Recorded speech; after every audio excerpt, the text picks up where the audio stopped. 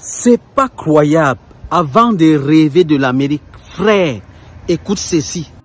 To my people all around the world, À mon peuple partout dans le monde, surtout à mes frères et sœurs africains qui veulent venir vivre ou faire des affaires aux États-Unis, laissez-moi vous dire les choses qu'on ne vous dit pas sur l'Amérique. we all have to pay taxes. Les impôts, personne n'y échappe. Quand tu travailles ici, le gouvernement retire automatiquement de l'argent de ton salaire chaque semaine, toutes les 2 semaines ou chaque mois pour les impôts. If you are a business owner, Et si tu es entrepreneur, tu dois déclarer à la fin de l'année tout ce que tu as gagné. okay, you will work. Tu travailleras jusqu'à 70 ans. L'âge de la retraite ne cesse d'augmenter. Si tu restes dans ce pays, tu devras travailler jusqu'à environ 70 ans pour toucher un petit peu de Social Security, une pension basée sur tout l'argent que tu as gagné au fil des années.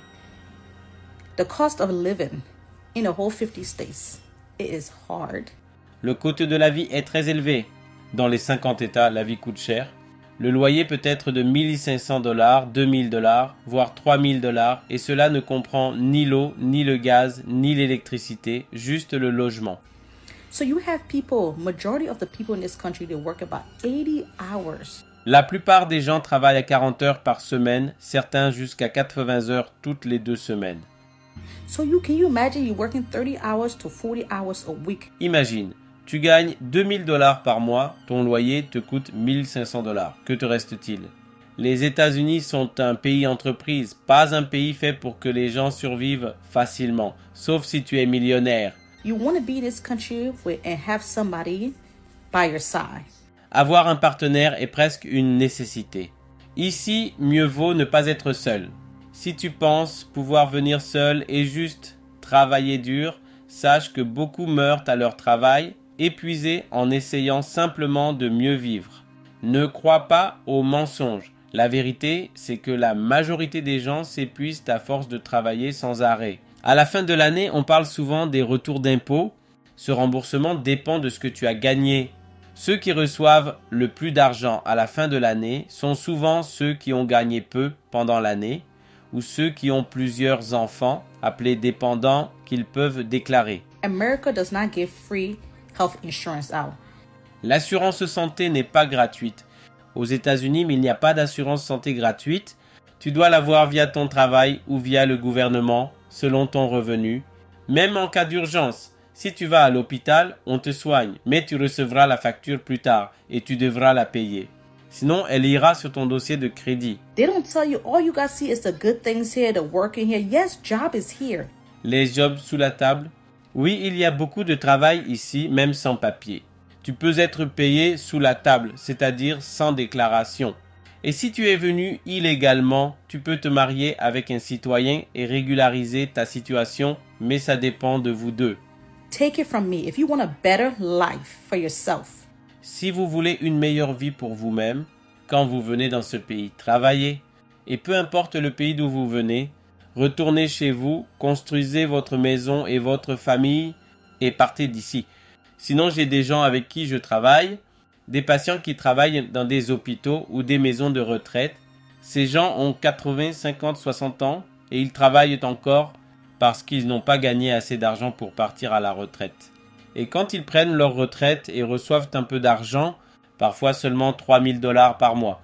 On ne peut pas vivre dans ce pays avec 3000 $ par mois quand on a encore d'autres factures à payer. and another thing they don't tell you, Et autre chose qu'ils ne vous disent pas, toute cette histoire d'acheter une maison et d'avoir une hypothèque, c'est comme une grosse arnaque. Si vous n'avez pas de famille ou d'enfants, à qui vous pouvez la laisser quand vous ne serez plus là. Parce que pour l'hypothèque, vous devez payer des taxes même si vous avez entièrement payé la maison. Rien n'est gratuit dans ce pays. Même si vous avez fini de payer cette maison, vous devez encore payer des taxes sur la terre, sur le sol où la maison se trouve. Vous pouvez construire une maison depuis le début, ça ne change rien. Disons que votre maison coûte 300 000 $ et que vous réussissez à la payer sur plusieurs années. Ils vous donnent environ 30 ans, n'est-ce pas? Si vous la payez avant les 30 ans, ça ne change rien. L'année suivante, vous devez quand même payer les taxes sur le terrain.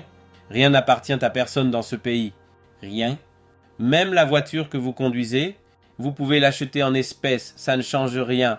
Vous êtes toujours obligé d'avoir une assurance pour cette voiture.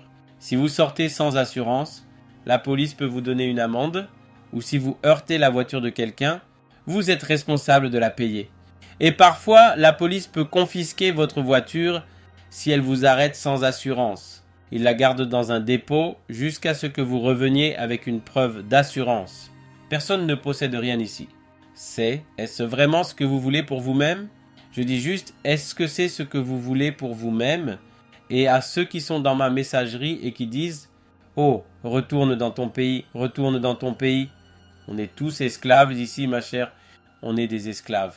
Peu importe ton teint, d'où tu viens, ça ne compte pas. Nous sommes tous esclaves et nous travaillons jusqu'à mourir. Et même si on prend notre retraite à 70 ans, ou quel que soit l'âge, on n'aura peut-être pas assez d'argent. Réfléchissez bien. Ce pays est construit sur l'argent. C'est un pays de business. Ce n'est pas un pays où tu peux venir te détendre. Ton pays, là-bas en Afrique, c'est là-bas que tu peux te reposer. Ce pays est beaucoup trop cher. Et si tu n'as personne ici, et que tu viens juste pour travailler, tu finiras par mourir, tomber malade. Ton patron pour qui tu travailles depuis 10, 20, 30 ans, si quelque chose t'arrive aujourd'hui, il te remplacera dès le lendemain. Réfléchis bien. Écoutez les leçons et on se retrouve après. Ce que je vais dire aujourd'hui n'est pas pour décourager, mais pour éveiller, prévenir, fortifier. Parce que beaucoup d'entre nous vivent dans l'illusion, dans un rêve qui parfois devient un cauchemar. Et il est temps qu'on se dise la vérité, avec amour et lucidité. Leçon 1. L'Amérique, ce n'est pas le paradis. On t'a dit que là-bas, tout est facile. On t'a montré les belles voitures, les grandes maisons, les lumières. Mais personne ne t'a montré les factures, les impôts, la solitude, le stress, les nuits sans sommeil. La vérité, c'est que l'Amérique est un pays de business. Un pays où chaque sourire coûte quelque chose, où tout le monde court, travaille, paie, recommence. La solution? Ne pars pas pour fuir ta réalité. Pars pour apprendre, pour grandir, pour construire, mais avec un plan. Pars en sachant que le vrai paradis, c'est l'équilibre, pas la richesse matérielle. Leçon 2, le travail ne te sauvera pas. Tu peux travailler 40, 50, 60 heures par semaine et pourtant rester pauvre. Parce qu'ici, plus tu gagnes, plus on t'enlève.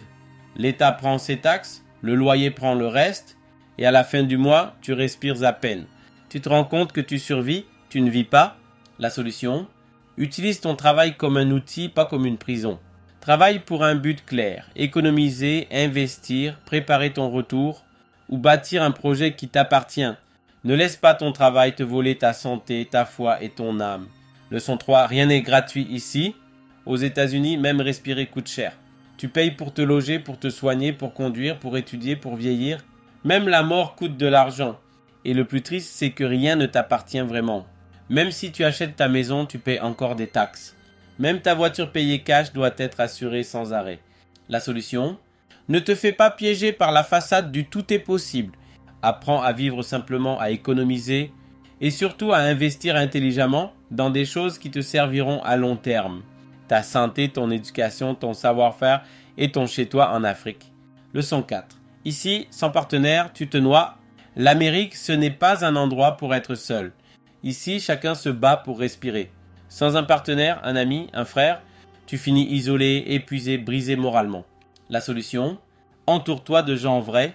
Cherche pas la foule, cherche la force du lien humain. Un frère, une sœur, un ami sincère, ça vaut plus que 1000 $. Et surtout, garde Dieu à tes côtés. Parce que dans ce pays où tout s'achète, l'amour et la foi sont les seules choses gratuites. Leçon 5. Les papiers ne font pas le bonheur. Tu peux avoir les papiers, la résidence, la citoyenneté, et pourtant vivre dans la peur, dans la fatigue, dans la dette, parce que le vrai esclavage ici, ce ne sont pas les chaînes visibles, ce sont les chaînes invisibles, les factures, les crédits, les obligations. La solution?